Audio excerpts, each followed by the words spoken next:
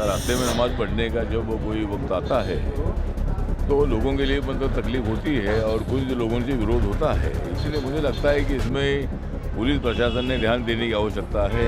Law and order की स्थिति पैदा ना हो, अपने धर्म का दूसरों को कोई तकलीफ ना हो, इसकी जिम्मेदारी हर धर्म के लोगों पर होती है। इसलिए मुझे लगता है कि काला पट्टी लगाने की आवश्यकता नहीं है। उद्धव ठाकरे और संजय राउत आरोप लगाने में बहुत बड़े बेहतर है, ऐसा लोग जानते हैं।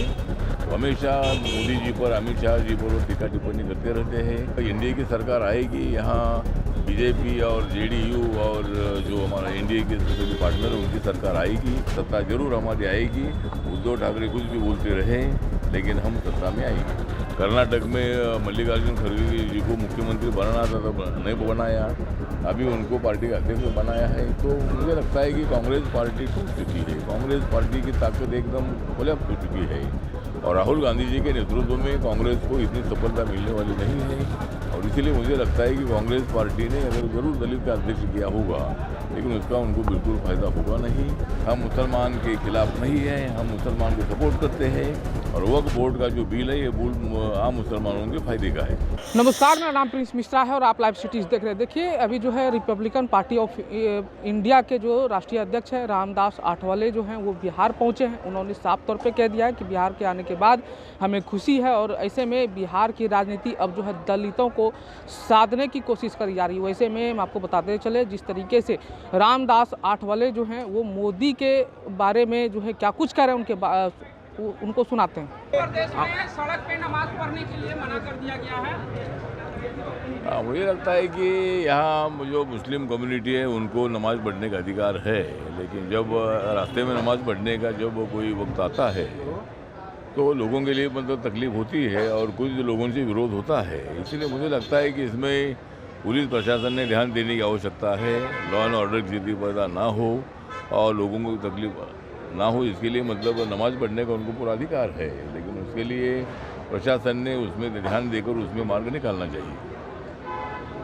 आज नमाज अदा होगी लेकिन ऑल इंडिया मुस्लिम संगठन ने काला पट्टी लगा के कहा गया है कि काला पट्टी लगा के आप लोग नमाज अदा करें। विरोध में काला पट्टी लगा करके नमाज अदा करें। हाँ, मुझे लगता है कि काला पट्टी लगाने की आवश्यकता नहीं है।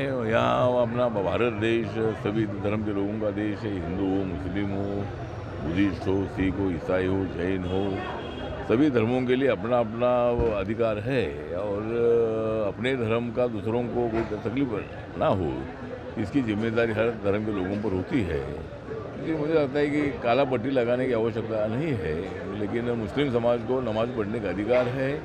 लेकिन जिस तरह मैंने पहले भी बताया कि भाई रास्ते में जब नमाज पढ़ने का वक्त आता है तब लोगों से कुछ विरोध होता है, लोगों को जाने आने के लिए तकलीफ होती है। इसलिए उसमें से प्रशासन ने मार्ग निकालना चाहिए। बिहार उद्धव ठाकरे कह रहे हैं कि जो सौगातें मोदी जो प्रधानमंत्री ने दिया है वो सौगातें मोदी नहीं, सौगातें सत्ता है, क्योंकि बिहार में चुनाव होने वाला है। क्या है? उद्धव ठाकरे कह रहे हैं कि जो सौगातें मोदी प्रधानमंत्री ने ऐलान किया है वो सौगातें सत्ता है, क्योंकि बिहार का चुनाव है और ये सौगातें मोदी नहीं है, सौगातें सत्ता है मुसलमानों की। मुझे लगता है कि उद्धव ठाकरे जी तो बयान देने में काफ़ी एक्सपर्ट है और जब से मतलब वो सत्ता के बाहर हुए हैं, जब से एकनाथ शिंदे जी ने उनका धक्का देकर वो एकनाथ शिंदे जी 50 MLA को लेकर हमारे साथ आए, तब से उद्धव ठाकरे जी का बैलेंस टूट चुका है और उद्धव ठाकरे और संजय राउत आरोप लगाने में बहुत बड़े बेहतर है, ऐसा लोग जानते हैं। तो हमेशा मोदी जी पर, अमित शाह जी पर वो टीका टिप्पणी करते रहते हैं। बिहार में चुनाव आ रहा है और माननीय नीतीश कुमार जी के नेतृत्व में सरकार ने बहुत अच्छा काम किया है। बिहार के लिए स्पेशल पैकेज भी भारत सरकार ने दे दिया है। इसीलिए यहाँ मतलब एनडीए की सरकार आएगी, यहाँ बीजेपी और जेडीयू और जो हमारा एनडीए के सभी पार्टनर हैं उनकी सरकार आएगी और उसके लिए हमारी कोशिश जारी है। और इसीलिए मुझे लगता है कि उद्धव ठाकरे के बयान में बिल्कुल तथ्य नहीं है। हम लोग सत्ता के लिए काम नहीं करते, हम जनता के लिए काम करते हैं और इसीलिए सत्ता है या ना है, जनता जिनके साथ होती है उनको सत्ता मिलती है। और हमें पूरा विश्वास है कि जिस तरह नीतीश कुमार जी ने 5 सालों में काम किया है बहुत बेहतरीन काम है और नरेंद्र मोदी जी ने जो भी योजना ये मतलब इम्प्लीमेंट की है उसका फ़ायदा बिहार की जनता को हुआ है और इस बजट में स्पेशल पैकेज बिहार के लिए दे दिया है। इसीलिए जनता खुश है और जनता हमारे साथ है। और मेरी जो रिपब्लिकन पार्टी ऑफ इंडिया है ये भी मतलब एनडीए का पूरा समर्थन करती है और इसीलिए सत्ता जरूर हमारी आएगी। उद्धव ठाकरे कुछ भी बोलते रहे लेकिन हम सत्ता में आएंगे। बिहार में सर चुनाव है, कांग्रेस के जो बिहार के नए प्रदेश अध्यक्ष बने दलित को बनाया गया, दलित वोटर को बिहार में लुभाने की कोशिश की जाए। मुझे लगता है कि कांग्रेस पार्टी तो इसी तरह का बहाना बनाती है। दलित को जब जब न्याय देने की आवश्यकता थी तो उन्होंने न्याय नहीं दिया। कर्नाटक में मल्लिकार्जुन खड़गे जी को मुख्यमंत्री बनाना था तो नहीं बनाया, अभी उनको पार्टी का अध्यक्ष बनाया है। तो मुझे लगता है कि कांग्रेस पार्टी टूट चुकी है, कांग्रेस पार्टी की ताकत एकदम कोलैप्स हो चुकी है और राहुल गांधी जी के नेतृत्व में कांग्रेस को इतनी सफलता मिलने वाली नहीं है। और इसीलिए मुझे लगता है कि कांग्रेस पार्टी ने अगर जरूर दलित का अध्यक्ष किया होगा लेकिन उसका उनको बिल्कुल फ़ायदा होगा नहीं।